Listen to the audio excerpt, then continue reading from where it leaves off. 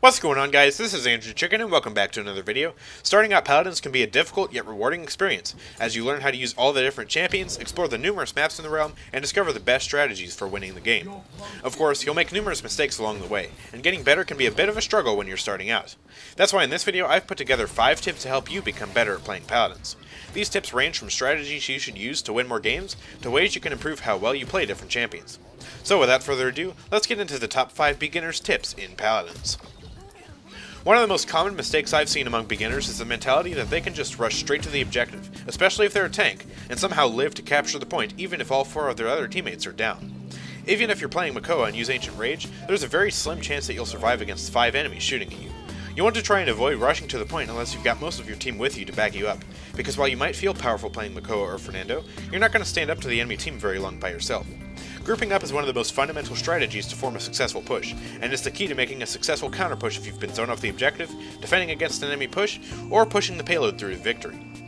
Also, rushing the objective at the start of the round isn't always the best idea. Oftentimes in lower elo matches, players, particularly the tank, will just rush to the point and try to defend it with their life. This may work if the other team meets you there and doesn't flank you. However, one of the best ways to defeat the enemy team is to surround them if they go to point by having a few of your team members flank behind them and shoot at the enemy team from both sides of the objective. Take for example a battle on Jaguar Falls. If both teams meet at the point, it's basically a coin toss as to whether your team will take the objective. However, if some of your teammates travel to the enemy team's backline by one of the flank routes and attack the enemy team from behind, you effectively surround them, and then you can take them out and easily capture the objective. The same thing could easily happen to your team if you all just focus the point straight away, so it's important to try utilizing the flank routes more often so you can win more matches. One of the biggest issues I see with new players is that they buy Cauterize so much that you would think healing is the most powerful ability in the game that needs to be countered into the ground. However, healing is not the most powerful ability in the game by any means. While Cauterize is certainly helpful to have on your team, it's not so mandatory that all 5 people on your team need to buy it first in every single match.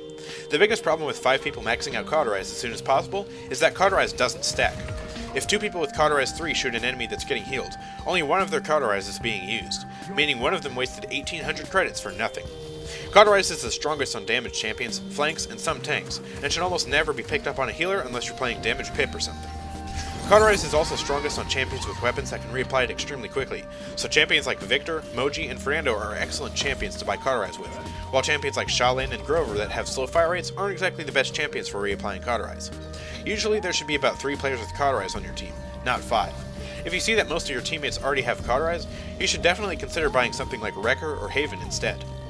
Also, Wrecker and Bulldozer can be 2 very confusing items when you're starting out, as distinguishing between deployables and shields can be difficult. There are only a few deployables in the game that get countered by Bulldozer, being Grok's Totem, Inar's Wall and Warrior's Field, Barracks Turrets, and Ying's Illusions.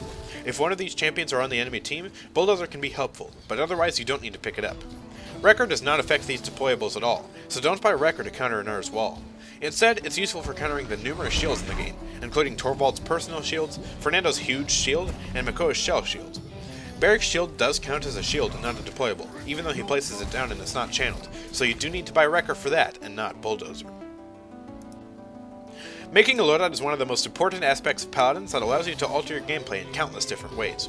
Crafting the perfect loadout can be intimidating at first, as there are tons of different cards for each champion, and finding the perfect balance between cards and their levels can be difficult.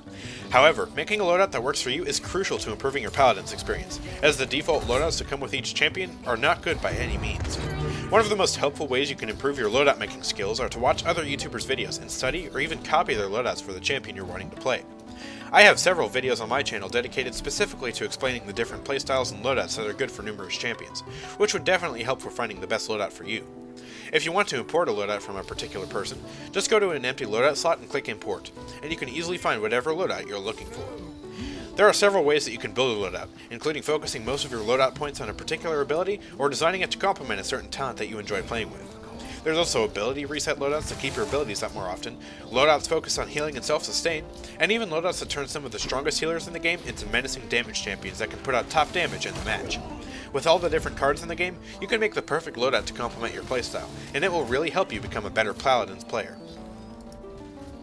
Playing with friends is one of the best ways you can improve your Paladins experience, and it even helps you win more matches.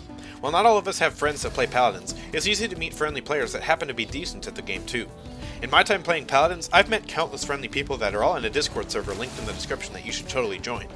Playing in a party and getting into a voice chat with friends not only helps you get more gold and XP from the party bonus, but it helps you win more games too, since you can call out where enemies are at and give helpful advice that can mean the difference between life and death.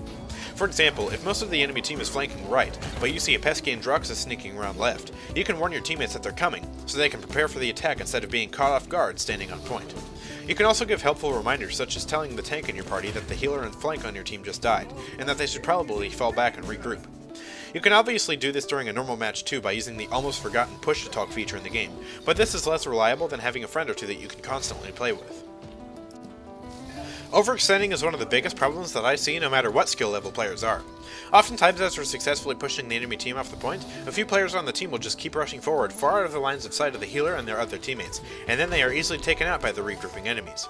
This is a very similar situation to when a lone tank will try and stand up to the entire enemy team, and then die because 5 people gun them down.